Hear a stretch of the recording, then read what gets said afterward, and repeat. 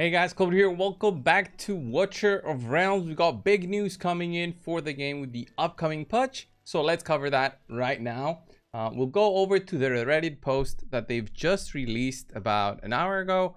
And salute commanders. By the way, all of this is already on the Forerunner server, so it's not really brand new. But for us, people who are playing on the global server, then this seems to be brand new stuff, brand new things to do. So let's get started.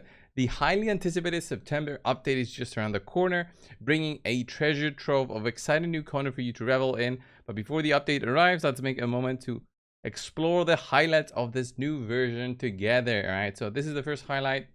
A new campaign chapter is coming that is gonna be great. I think this is an awesome addition, especially if you're somebody who's completed the campaign a long while ago. This is something new that you'll be able to explore through and push. And of course, I think that's what everybody wants, is more freebies. Because remember guys, when we clear the campaign, I've cleared normal, hard, haven't cleared expert just yet.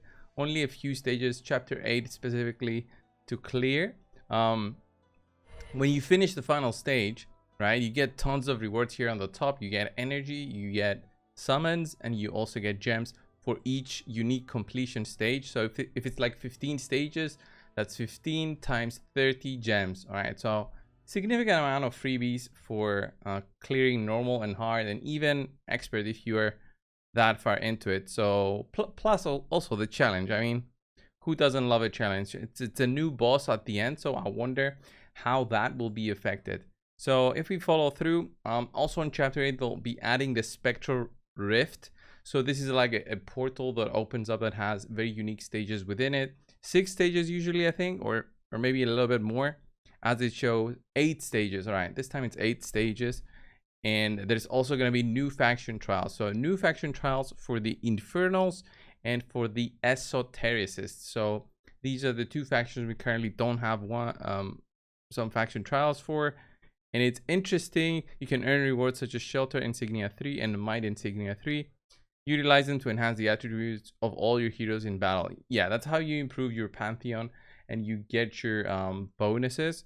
So I'll give you guys an example right now. For me, for faction trial, I've almost finished everything on the maximum level. I only have, I believe, the cultists and nightmare, which are missing a few stars.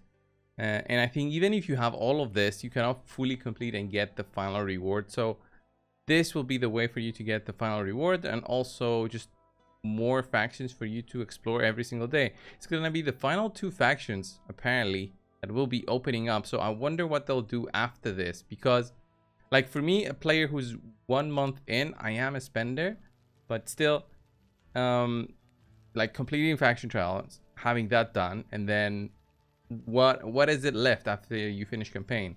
I guess the tide eventually becomes really hard, especially after level 100, and then also probably gear rates to get to stage 21, which is kind of impossible right now for me. So it's a lot of gear farming, then upgrading my heroes, and then pushing once I have all that gear available. So interesting to think about. So let's continue on. New exclusive artifacts. So these are very interesting. Some of them look really cool, but I have no idea what their stats are. So that's going to be awesome. I wish there was some kind of gallery within the game that you could explore artifacts with and just see what kind of stats they have, so I can actually use them. From here, you can see the heroes that these artifacts are specific for. So example is Twin Fiend, Setram there. I think that's Nocturne. This one, I can't really tell. This one here looks like to be Ajax.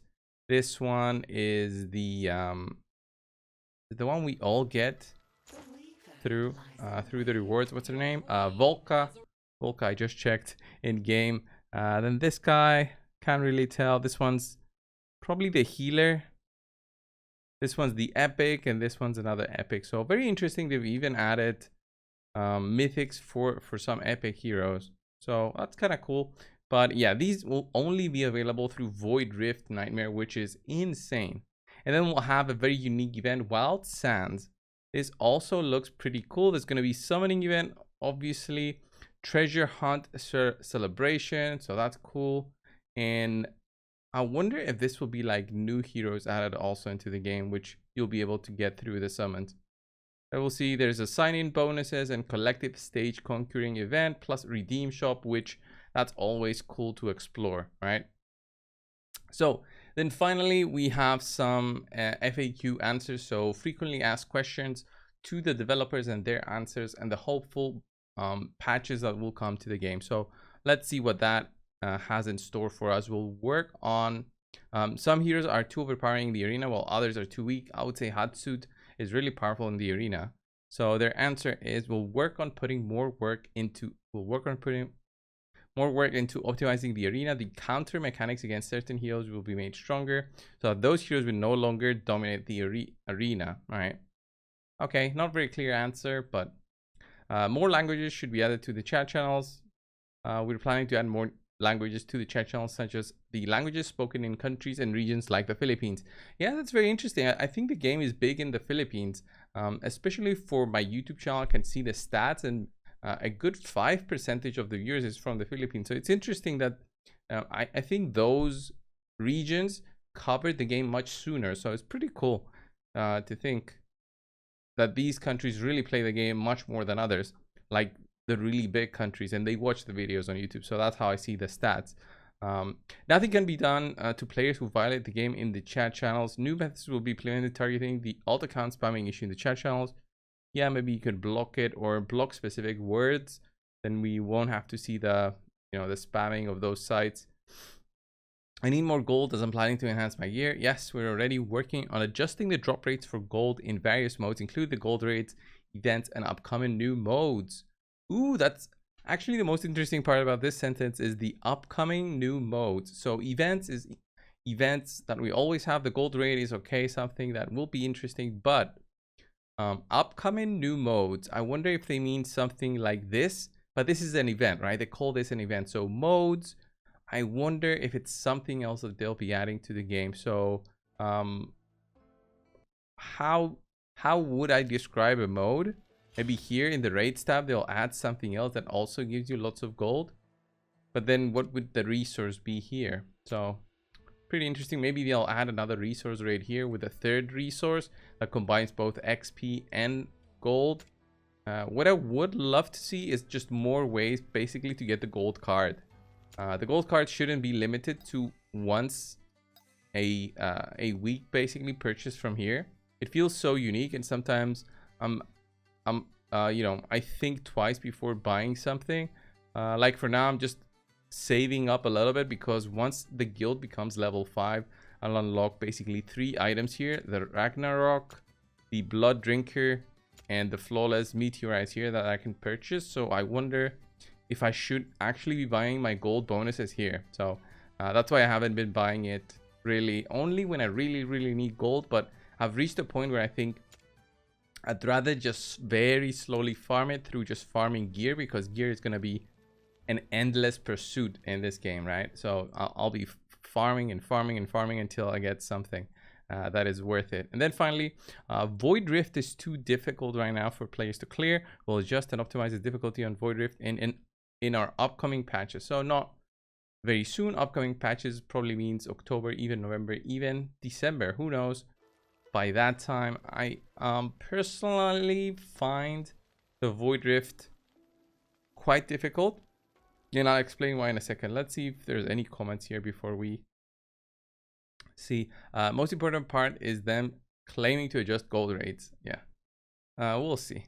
Hopefully it's a large bump. There's nothing more disappointing than finishing the final stages of events and getting 20,000 gold as a reward. Void Rift adjustment gold rate should be priority. More content is always welcome. They want to tell you guys you can adjust drop rates on ancient gear as well. Like I farm 100 rounds without one ancient on gear 19. Yeah, the ancients seem impossible to get.